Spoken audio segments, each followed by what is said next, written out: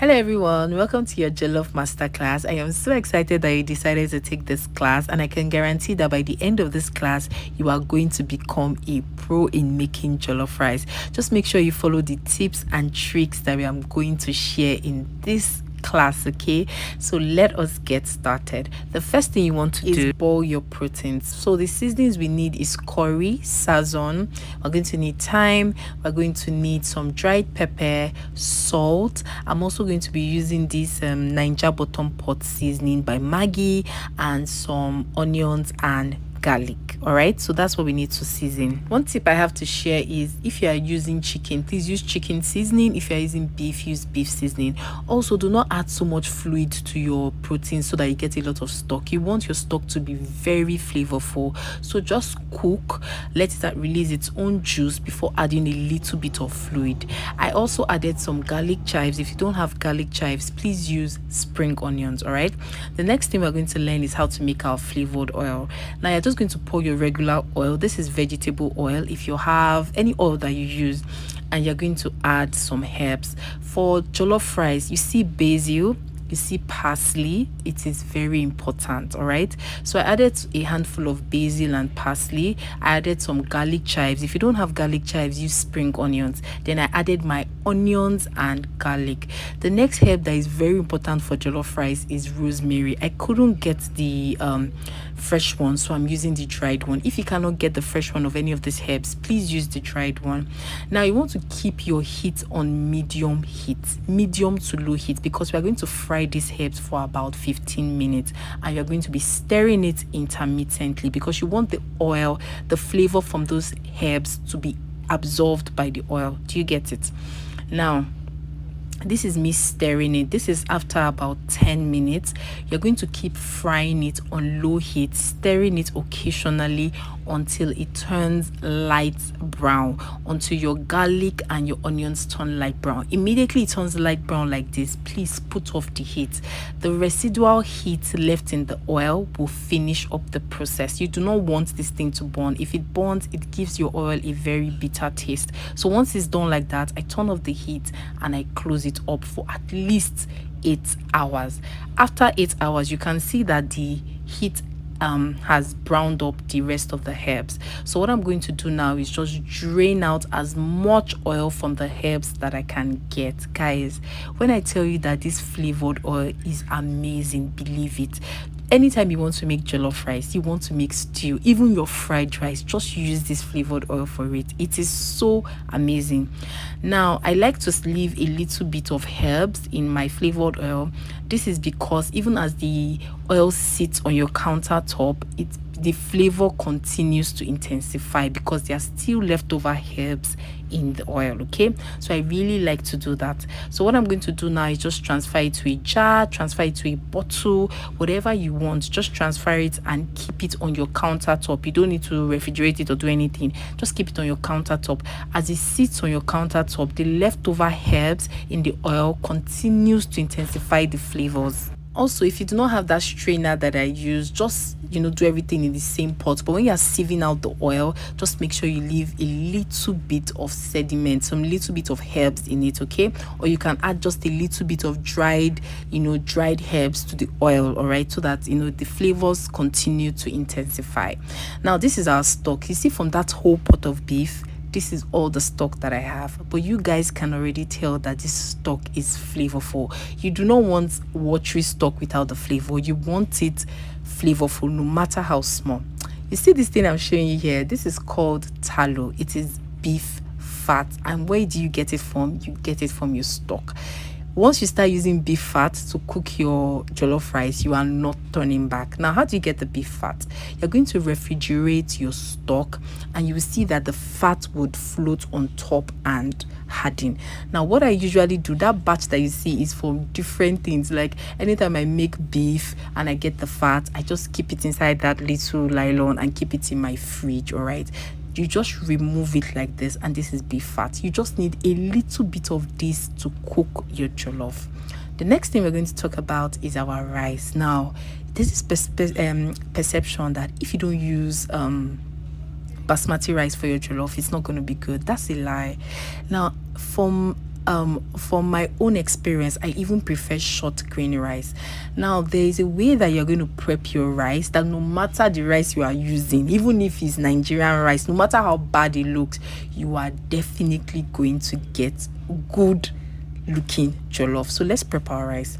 Now pour your rice into a bowl. No matter the rice, you're going to pour boiling hot water on top of your rice. A lot of people like to what's the word now, parboil their rice. Now I don't like parboiling, but this thing gives you parboiling without actually cooking your rice to be soft. So what you want to do is cover the rice with boiling hot water, use a spoon to turn it around, and now cover that container for at least 5 to 10 minutes. After 5 to 10 minutes, please don't let it be more than 10 minutes. You don't want to cook the rice. Now after 5 minutes, I do mine for like 5 minutes actually. After 5 minutes, I'm going to go ahead to wash it. Now one of the goals of parboiling is to get rid of the excess starch in your rice. This does this perfectly for you without actually cooking your rice. Okay, it doesn't make your rice become soft, and it helps you remove all the excess starch in your rice. Now once you are done doing this, you're going to wash your rice until the water turns clear. Can you see the difference from where we started to where we are now? Once the water is clear, you're going to get a sieve and you're going to pour your rice into a sieve. Please pour your rice into a sieve. You want that excess water to drain out. Okay, this is very key. So I'm going to set it aside. Then we're going to talk on our pepper base. Now for your pepper base, jollof rice likes Tatashe.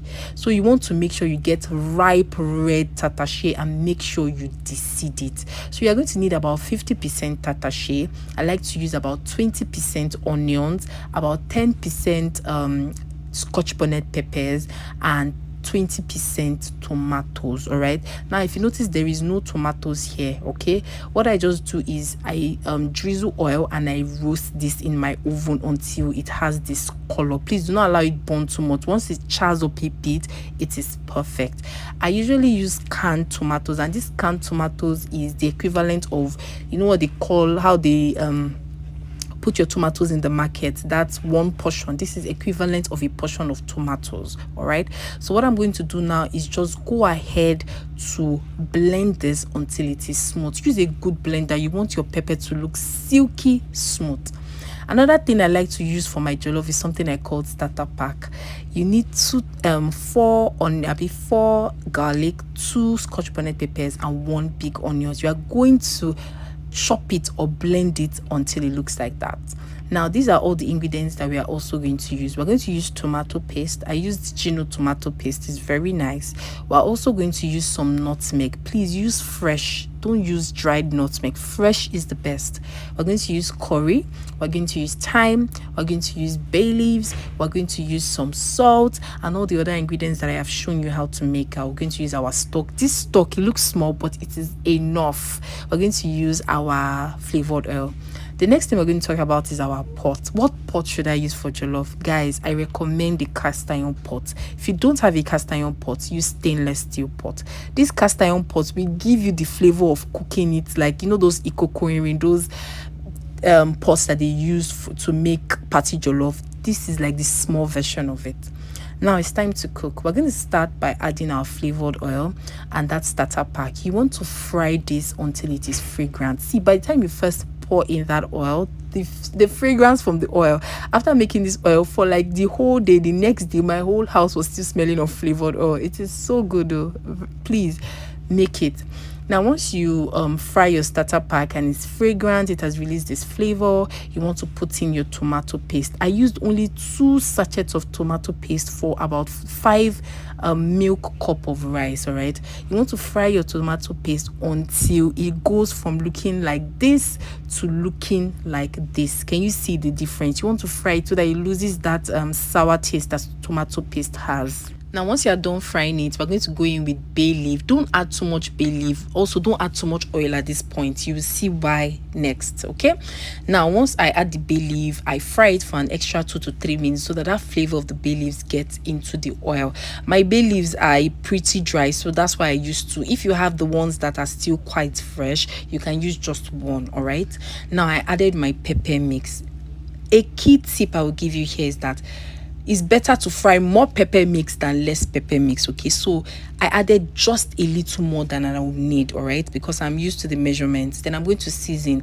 I added my seasoning cubes. You can use chicken, you can use beef. I added my curry, I added my thyme. I'm not going to add rosemary because my flavored oil already contains rosemary and some rosemary particles. I'm going to mix everything together and taste it.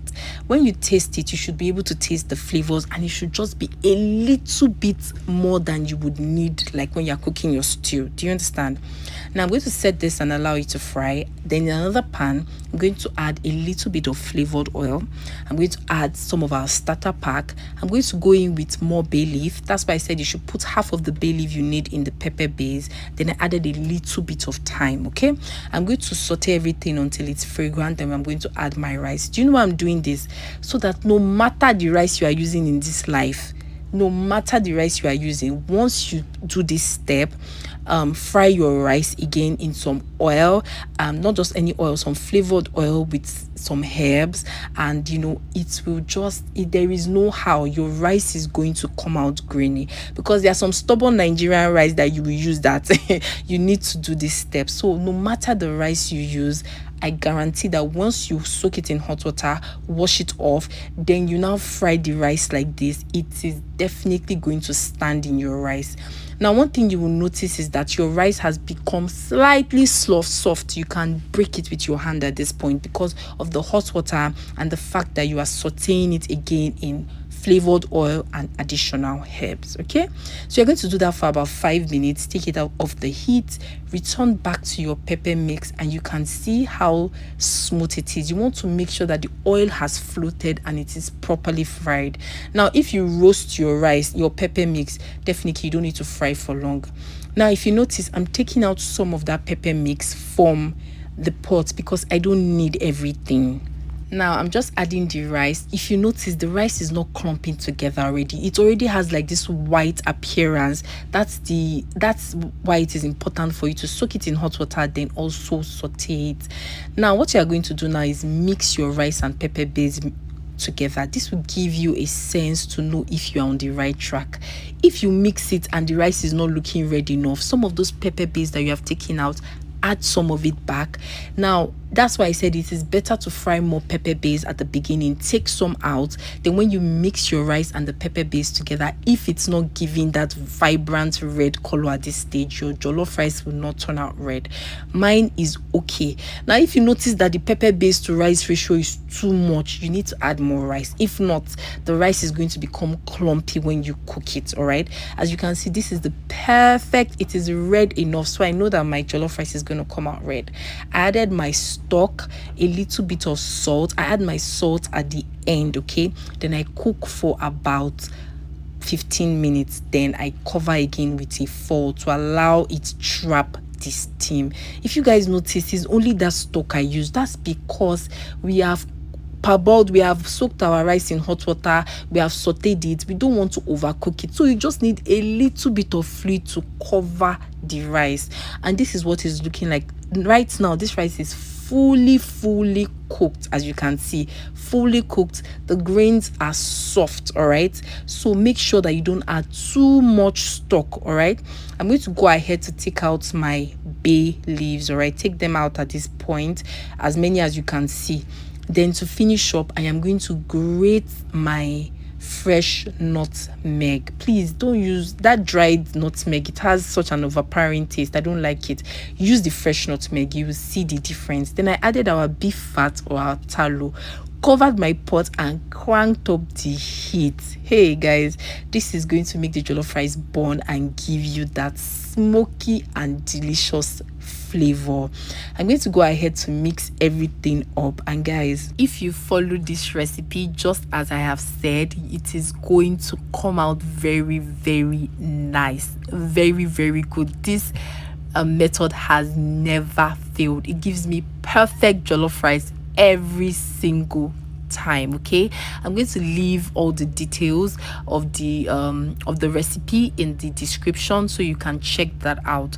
Also, if you have any questions, just ask in the comments and I will respond to you. All right, the link is for only those who have paid for the class, so please do not share the link with people outside so that I'm not forced to take out the link. One of the reasons I put this on the link is so that you can always refer to it anytime you want to cook your jollof rice. Okay, so that it's not just a one-off class. Anytime you want to use it, it is there for you. So please do not share the link. And also any questions, just drop it in the comments and I would answer you. All right.